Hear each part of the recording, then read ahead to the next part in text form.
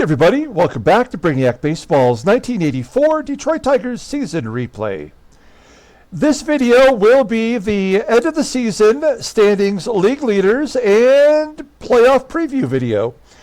Earlier today, we wrapped up the regular season with a victory over the Chicago White Sox. We won 9 in a row to get to our season total of 102 victories with 60 losses. So tomorrow, we're going to start the playoffs against the California Angels, and it's a 5-game series. And it looks like the game has 2 away, a day off, and then 3 at home.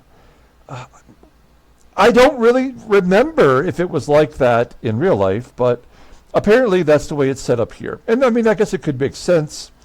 You know, sometimes it's 2, 2, and 1 when you play a 5-game series, but maybe that's just basketball and hockey. I'm not sure. But nonetheless, we see here that we're playing 2 on the road starting tomorrow with Jack Morris versus Ron Romanick of the Angels.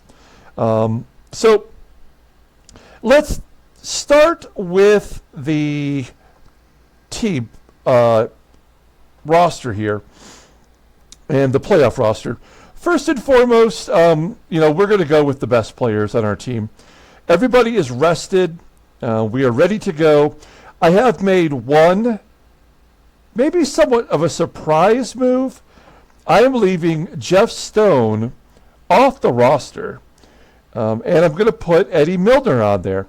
Now, Jeff Stone has better speed, but Eddie Milner can play any outfield position and also has very good speed, while Jeff Stone can only play left field. So, that's not a risky move in a sense that Jeff Stone didn't really produce a lot for us anyway, and Eddie Milner being more of a veteran, I think will give us exactly what we need for the first round of the playoffs. Otherwise, this will be our lineup for Game 1 against Ron Romanick, and you can see the final stats here for these players. If you look at the pitching staff, we are leaving Jeff Robinson off and Frank LaCourte, maybe a fan favorite. They will both be available for the World Series if we get there. But we're going to go with a 3-man rotation: Jack Morris, Tom Browning, and Dan Petrie. Kelly and Dave Rosema will both be mop-up pitchers. If we have to go 4, depending if we're up or not, we might pitch Brian Kelly in Game 4. And then our bullpen will be the regular crew with Dave Smith listed as our closer, not the Terminator Tom Hankey. You look at our team ERA, individual players with their ERA, and you can see that we had a great year. In fact, we led the American League in ERA. We're going to look at that momentarily. So that's our playoff roster, in case you were interested. Let's take a look at the standings, first and foremost, and then we'll do the league leaders. Now, of course, we won the American League East by 8 games. It sure did feel a lot closer down the stretch, considering we did lose at home 3 to California when we needed it most. And I really thought that, that might be the sign of our demise. But we managed to pull it out and actually to win the division by 8 over Boston. New York was not a factor. And Baltimore, Toronto, Milwaukee, and Cleveland wrap up the division. California wins the West. We did finish with more wins, so we did have the home field advantage, which as we've learned from Charismatic Dad, he has told us that that's not how it was in baseball at this period. For some reason, the American League East was given home field advantage, like on a rotation type thing, which is just, I don't remember that at all, but apparently it's true. That happened from, I think you said 1968 through 1993. So Seattle finished 10 games back. Oakland, then Chicago. Chicago lost 7 in a row. Kansas City Texas, and then Minnesota won their final 3 games to keep themselves from losing 100. So a good job by Minnesota avoiding that dubious record. So we go and take a look at the National League. The Mets lost 5 in a row. The Cubs won 6. They lost 5 in a row going into the playoffs. The Cubs won 6 to finish with 90 victories. They do have a youngster named Roger Clemens on that team that they drafted in our sim drafts. And he, I think, almost single-handedly willed them to 90 wins. So the Cubs are going to be tough for the Mets next year. The Phillies fell to 3rd. They were in first place for a long period of time. Pittsburgh, Montreal, and St. Louis lost 98 games. The Dodgers won 112, just shy of the real Major League record set by the Seattle Mariners. San Diego won 84, and of course that was who the Tigers played in the World Series in 1984. But they finished 28 games back. This was over at the beginning of the month of September. Cincinnati finished 3rd. San Francisco, Atlanta, and Houston, who lost 104 games, finished in last place. Quickly, just for those who might be interested, the finances. We did actually make money this year, which sometimes we don't do. Despite being in a playoff chase, Tiger Stadium, which holds nearly 60,000 people, we barely could get 50% of our stadium filled. That's a bit of a bummer. In fact, we were below the Major League average. If you just look over here quickly, I mean, we have plenty of money. Our payroll is the lowest in baseball. I checked, and you can see with your own eyes, we have the lowest payroll in all of baseball. And we really can't spend a whole lot more money than what we're already spending because of the attendance figures, I guess. And then there's the National League, if you just want to pause it and look yourself. I do like to look at cash, like Houston and Montreal, they don't have any money, but they do have enough money to get free agents. Do we have any problems in the American League? No. Baltimore's usually the one that finishes in the negative, and this is why they fell out of the race so quickly. They just didn't have any money to get good free agents. They put all their money into Helen Ramirez and Randy Jones. Okay, so there's the finances. Let's take a look at the league leaders. We're going to go through this part. Go with the batters first, then batters and fielding first, and then pitchers. And then we'll just take a quick look at National League. We don't have to get too in-depth. So Wade Boggs, now I already know what happened here, and I'm going to tell you. Wade Boggs technically did win the batting title, batting .333, just over his teammate LaShelle Tarver. Ron Kittle, who didn't play in 2 of the 3 games in the Tigers series, finished at .318. Seattle, Alvin Davis was right there. Rod Allen, Terry Kennedy did finish 6th. George Brett finished with a .302 average with that grand slam in game 162. That was amazing. Willie Wilson combined between Kansas City and Detroit batted .295. And Kirk Gibson finished with a .290 batting average.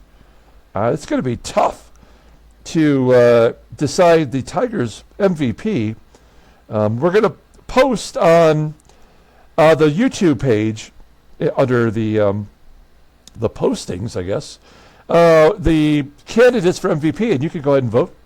We're going to keep it up all throughout the playoffs. It's not up yet, but I'll have it up either tonight or tomorrow after Game 1 of the California series. Now, Wade Boggs did win the batting title, but if you look at transactions, you'll see that it gave the batting title to Tim Flannery. Tim Flannery split the year between the Padres and the Angels, and overall he batted .351, and they gave it to Tim Flannery. It makes no damn sense. Obviously, it's wrong. I don't know why that happened, but it did. Maybe it's just an anomaly. Like that just doesn't happen very often, so the game doesn't know how to recognize it properly. But unfortunately, it does show on Tim Flannery's, what do you call it? The transactions. It shows him with a batting title on there. It's just dumb. Anyway, there's your batting average. So Wade Boggs, we just choose to believe that he was the batting title leader. Paul Molitor will lead in at bats. He had 708. Willie Wilson, 604, our only representative in the top 25. We're going to go through these categories kind of quickly. Feel free to pause it if you want to take a longer look. Then we have doubles we're going to look at. Wade Boggs, 43 doubles. Terry Kennedy had 35. Wade Boggs had 34. Willie Wilson, 33 combined. I don't remember ever having two Tiger players who had more than 30 doubles in a season. It just doesn't happen much in Tiger Stadium. So good job by those two guys. And Glenn Wilson had 28. Moving on, we have grounding in the double plays. Oh, George Brett did make the list. He also grounded into a double play today. He had 17. The leader was Wade Boggs. He's just leading in everything. Cecil Fielder had 25. You got the catchers here, first baseman, older players. This all makes sense. So I can get with that. Okay, extra base hits. Daryl Sconyers had 67 extra base hits. Kind of weird. Three Angels players, including Gus Polidor. That team did have a lot of home runs. Kirk Gibson had 56. George Brett had 55. I mean, Matt Olson of the Braves has 53 home runs all on his own right now in real life, you know. So that'll tell you all you need to know. Terry Kennedy had 52. So, at least we had some representatives here. We're going to go ahead and look at the fielding averages. Let's see who were the best at their positions in the American League. Catcher, it was Ron Hasse. I believe he's already won a Gold Glove. He has won 2 Gold Gloves so far in our sim, and maybe he'll get one. A third one. Terry Kennedy finished 5th.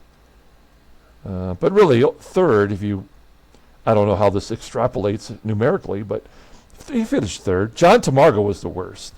How many errors did he make behind the plate? 14. That's not horrible, but he only started 93 games. Okay. First base, let's take a look.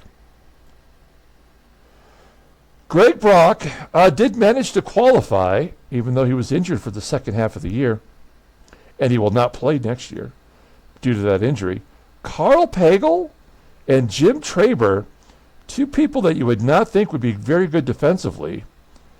I mean, he's got no arm, no range, and no fielding, and yet somehow he only made 3 errors.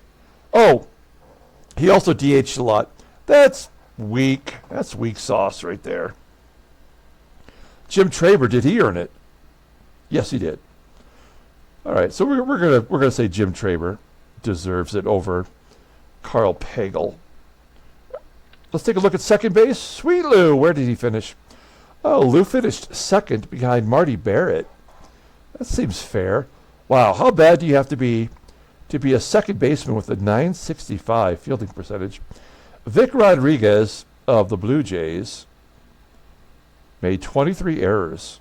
Wow, -20 defensive WAR. And he single-handedly cost his team 2 wins. Youch. All right. At third base, it's not going to be George Brett. Tom Dodd, dark horse winner, .967 fielding percentage. George Brett had a .934. I think he had 20 errors after the first 2 months of the year, and he finished with 23. So it could have been a lot worse. Of course, he won the Gold Glove last year. To go from 20 to 23 errors doesn't seem that bad. But that -12 defensive rating, that's not good. He's a liability at third, and we've got him for another 2 seasons.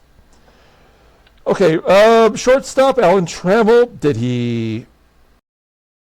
Yes, he did. He won the fielding average title anyway.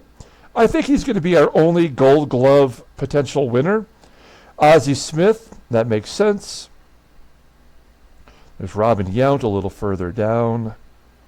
Dickey and Dale Zvaim, Odie. Gary Templeton, a good shortstop, but way down the list. Here we go. Left field. I mean, unbelievable. Kirk Gibson, he might have had the best fielding percentage, but he made a couple errors down the stretch. He finished with 7. That's how many he had last year, but only in 97 total appearances.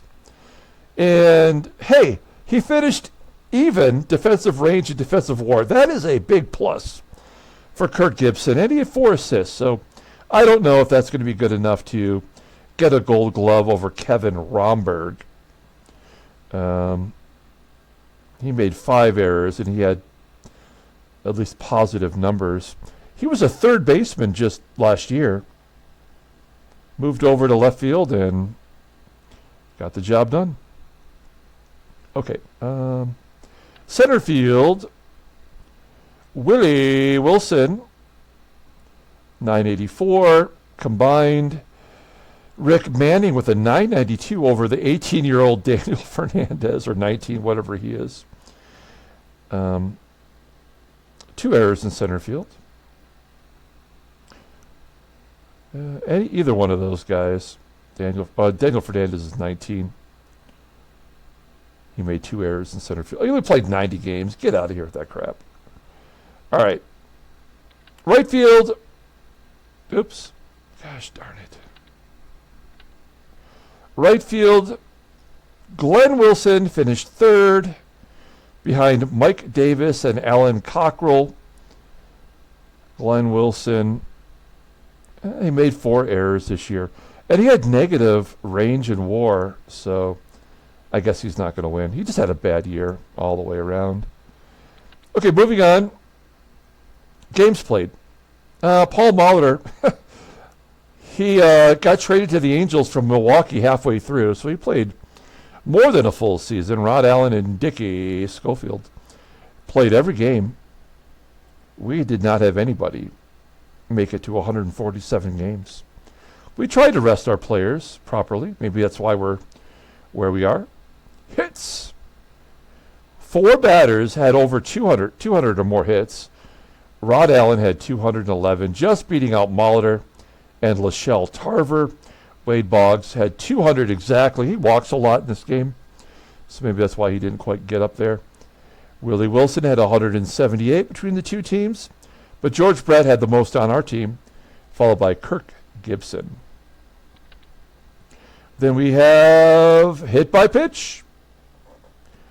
Dante Bichette, as a rookie, got hit 6 times. So did Odie, so did Rusty. No Tigers. It just felt like it.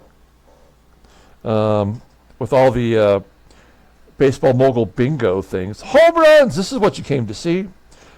It was a tie. Oh, Ricardo Sainz hit 2 home runs on the final day of the season. We saw that when we looked at the headline news from today's ball game. And that ties him with Kevin Mitchell with 39. That's a healthy total. Dale Sconyers and Jim Traber had 37. Ron Kittle and Sap Randall on the Sox, the White Sox. Randy Azador and Dave Henderson, Dick Schofield all had 29. Dodson, Fielder, and Gibby all had 28. Kenny Smith, he had 20 home runs in the first half of the season and then just fell apart. And he had 39 last year to lead all of baseball, and all he could manage was 23. It's hard to say that was a bad trade because we're going to the playoffs, but I don't feel good about it. Intentional walks, Wade Boggs and Tommy Herr. On base percentage, Alvin Davis, 406. Wade Boggs, 403. And Kenny Smith, who was just right up there the whole time. Again, he fell apart pretty bad the second half. Fell to a 383 despite all those walks. I'm curious to see where he finished on that. Outfield assists. I mean, I'm sure we contributed to a lot of these. Tom Dunbar, Von Hayes, Hoskin Powell, and Ricardo Sainz all had 13. Bob Scooby with his 59 frickin' arm. 64. And he's up to a 60 in center field. That's bullshit. That's crap. All right. Wait, there was no Tigers on there, was there? No. No one runs on our team. Okay, this is your OPS. Alvin Davis, a 927. Gibby right there. Ken Smith. Terry Kennedy, George Brett. That's nice. We had 4 in the top 25. I think that's good. Plate appearances. Yeah, we got nobody. We do a good job of keeping people healthy, I think. We don't care about range factor. RBI. Kevin Mitchell running away with it. 142 RBI. He's only 22 years old. Wade Boggs, 125. Brian Harper, the catcher, for the Angels, 124. Ricardo Sainz. Alvin Davis. I mean, there's some big names. There's 16 batters with more than 100. And as we saw, if you watch the final game today, Terry Kennedy tied with Glenn Wilson with 84 as a team lead. They just made it in. Okay. Defensively, runners thrown out. Terry Kennedy threw out 44. He was really good defensively, even though he's not a particularly good defensive catcher. You could say the same thing for Mickey Tettleton. He does not have a good arm, but so many people ran on him that he was able to throw out a ton of people on the base path. He only had 27% caught stealing. That's a tick up from last year. And you can see the rest here. We had no backups on the list. Well, Lance Parrish, we traded him away. And we'll take a look at the runners thrown out percentage. Dennis Littlejohn had a 50% throwout rate. That's amazing. He had a 80. What is he? A 93. There you go. Threw out 50%. Look at the defensive range in WAR. Man, that's awesome.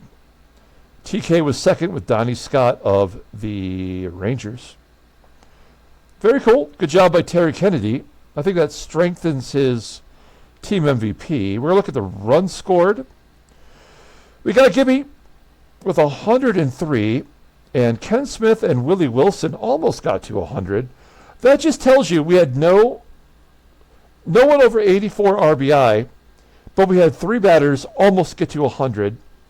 And that's because of all the unearned runs. Like the ridiculous amount of unearned runs this game produces is, I mean, it's unrealistic, I believe. But Dick Schofield scored the most runs. He is a leadoff hitter, so I guess that makes sense. Sacrifice hits, is it? It is. Doug Baker with 13. Ozzie Smith had 6. And then really nobody else of consequence. Good job by Dougie. Sack flies. Don Slaught of the Royal. I mean, Wade Boggs is in every category. Kenny Smith and Glenn Wilson had 8. At one point, Ken Smith was leading with 8, so he must have just, like I said, he just fell off. Terrible, terrible, terrible. Okay, moving along, slugging. Alvin Davis. There are 5 batters that were over 500. Gibby had a 489. TK was at 481, and George Brett 465. Steals, here we go. We already know Willie Wilson got his 70th steal in today's ball game. And so he beats out Alex Cole, who had 54, Pettis with 53, Mike Felder with 51, and Gibby just outside the top 10 with a career high of 32. Lots of speedsters on that list. Okay, who struck out the most? Rolando Room struck out 160 times. Ken Smith struck out 119. He does that a lot. Gibby, 111. Those are the only 2 representatives from the Tigers. All right. Total bases. Rod Allen. Wow. That is a shock. That's crazy. The guy had like 50 major league at bats. Triples. Ruben Amaro is four. Ruben Amaro of the Blue Jays.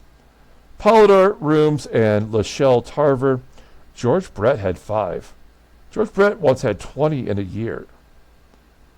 Right there. Look at that. 42, 20, and 23. Okay. Walks. Yes, Ken Smith does manage to lead the American League in walks with 97. We really did not play him that much down the stretch because he was so bad. Pagel, Tettleton, Azador, Danny Tartable, Dodson, Davis, and Hurdle, and so forth. Okay. And that's it. Okay, let's take a look at pitchers. We're just going in order here by category. Complete games. Mike Boddicker, Mark Langston, and Bob Tewksbury all had 8 complete games. ERA, who had the lowest ERA? Teddy Higuera, once again by half a run over Mike Witt, Mark Langston. Look at that. Brian Kelly, he might not even pitch in the playoffs. He has a 3.40 ERA. There's Jack and Dan Petrie. That really lends to our overall 3.32 team ERA. A good job by the pitching staff altogether. We didn't even have Bert Blyleven. He's been injured all year. Okay, good job there. Games pitched. It's going to be a lot of Tigers here. Dave Smith had 71. The Creeper had 64. Tom Hankey, the Terminator. Dave Mother Rucker. Kami. Gumpy. Rosie. So yeah, we had a lot of nickname pitchers in the in the top. Dave Smith doesn't have a nickname. No one's bothered to give him a nickname. All right.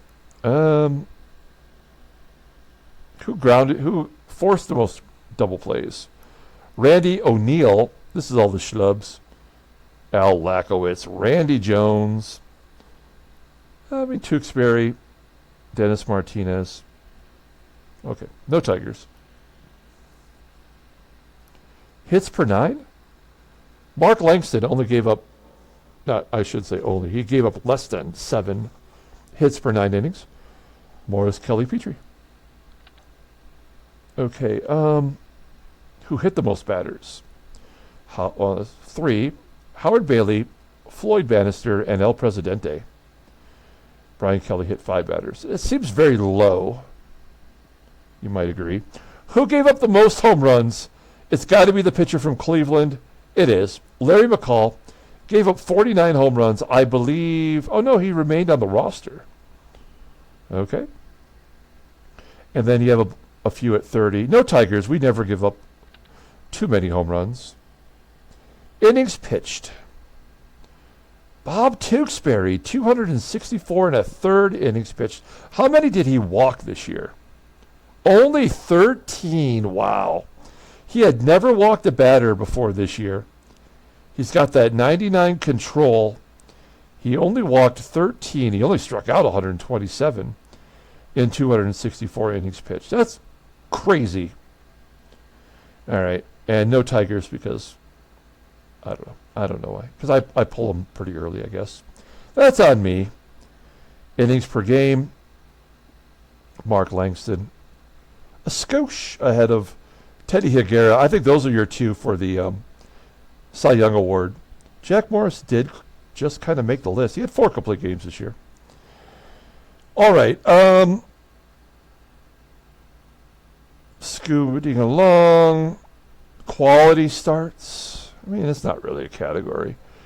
Bannister, Higuera, and Langston all had 23. Dan Petrie had 17. He had some real stinkers in there, too. But he got off to a really good start. That's always a difference maker. Quality start percentage. Bert Blyleven. Come on. He's been injured all year. Tom Browning, that's combined. Or is this just considering Detroit's? Who knows?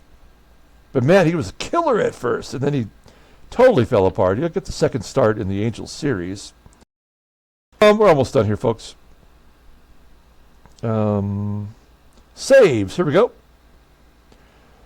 Tom Hankey lost his job, and he still led the American League in saves between Texas and Detroit. Kurt Kaufman has 33. Dave Smith had 21. He is our current closer. And you can see the rest of the guys. Where did he had to be, yeah, Roger Weaver right there. Finished with 12 total between the two teams. Former Tiger. Oops. Okay. There's your save leaders. Then we have shutouts. Mike Chris of Boston. Come on. Mike Witt had 5. Burt Levin had 2. Damn it. What could have been? What could have been? All right. Starts. So, I mean, there were a couple pitchers here that got 35, 34. You know, maybe they had a four-man rotation, you know, a couple of times throughout the year. But most are on the five-man rotation now. And Dan Petrie had 33. The only Tiger to make every start this year. Okay, what are we looking at here? Strikeouts pitched. Mark Langston, 266 to Teddy Higuera's 208. That might be the difference maker, because neither player made the playoffs. So I would give the nod to Mark Langston. Now Frank Tanana is in the playoffs. He had 200 strikeouts. Jack Morris had 158, and he missed a month. He would have been right up there. Dan Petrie on the list, just because he showed up every game. Strikeouts per 9? Yeah, Langston. Only pitcher above, 1 per inning. And that would just be like a joke right now, right? Like, not. I mean, if you don't strike out more than 1 per inning in current Major League Baseball, you probably don't have a job for too long. And the fact that Dan Petrie and Brian Kelly both make the list is kind of a sad state of affairs. We're going to look at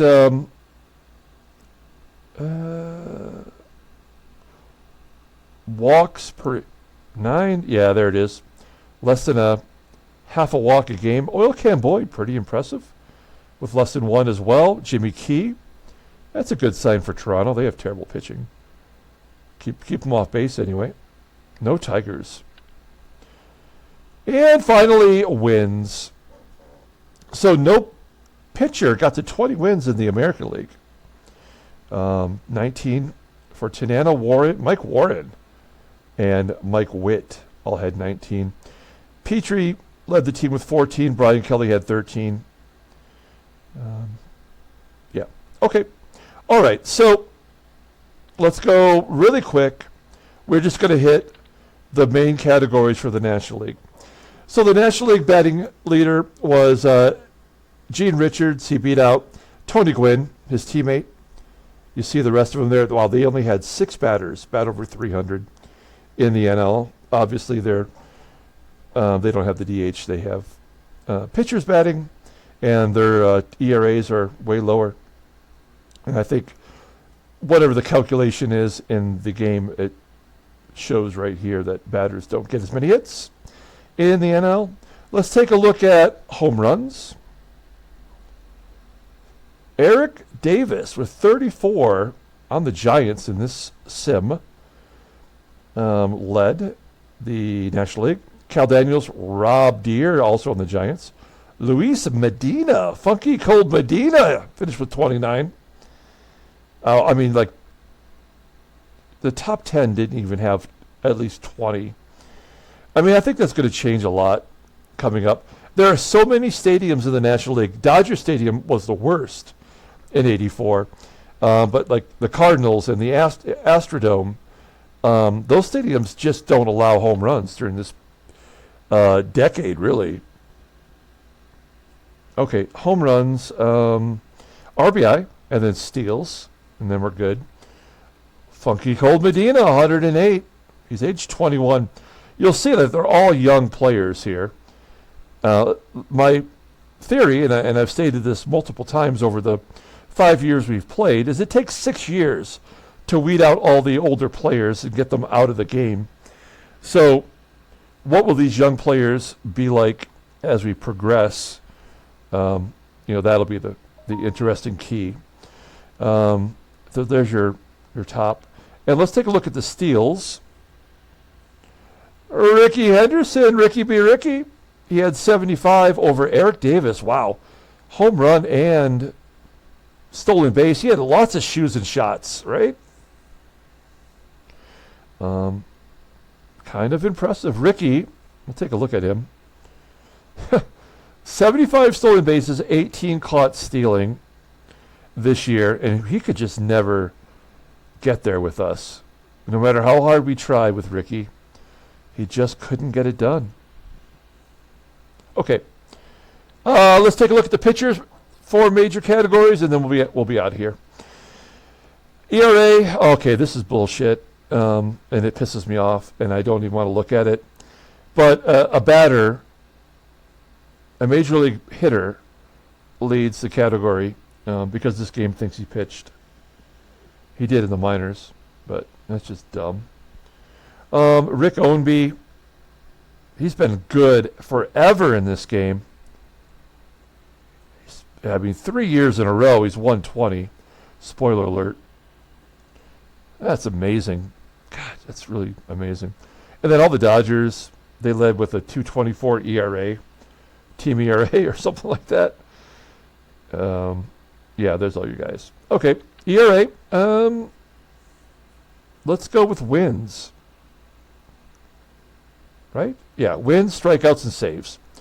Okay, Tim Belcher, he was the All-Star Game starter. He got 21. Ownby, we know, has 20. Fernando Mania had 20. Bob Welch had 19. Chef Mike Ramsey had 14. That's just dumb. Okay. Strikeouts pitched. Fernando had 223. Good job. Bruce Bereni had 218. Roger Clemens, he's coming, folks. I mean, he's been in the major leagues for 5 years. He was drafted that first year by the Cubs. They stuck him right into the rotation.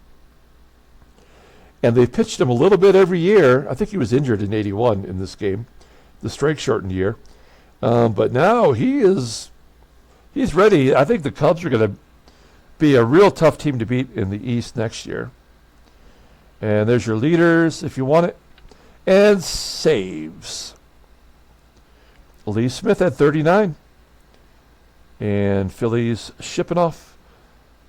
Bob James, Scott Medvin, Alejandro Pena. The other Jeff Robinson, not our Jeff Robinson. That guy. He was a rookie as well, and he got 24 saves. Good job by him. John Franco, the Bedrock, Greg. I mean, these are all actual closers in real life. There's Jeff Reardon. There's the Animal. I mean, Gene Nelson, Todd Worrell, Jesse Orozco, Jeff Russell, Guillermo Hernandez. I mean, these are all real closers. That's cool. Okay, folks. I don't know what else to show you. I feel like we got everything covered. Now, the way it's going to go the rest, if you're still watching this video, we're going to play the playoffs. I hope to be able to win the World Series, go all the way through. After the playoffs, we'll have a separate video in which we do all the free agent signings. We're going to get through that. And, we will re-sign our players or cut them loose, and then we will go and re-sign and check out the players available for free agency. And then when that's complete, then we will start the 1970 Seattle Pilots what-if scenario. So it could still be another 2 weeks before we get started with that. I would have probably projected us to start on October 1st, but in real life, but that's not going to happen. Earlier today, we gave away the prizes. Check out today's Game 162 video if you haven't seen it yet, and you'll see the winners. If you're a winner and you watch this, please email me your address, and we will get those prizes out to you. And stay tuned for the playoffs. We're going to come back tomorrow and play Game 1 is Jack Morris versus Ron Romanick at Anaheim Stadium. So until then, everyone, have a great day.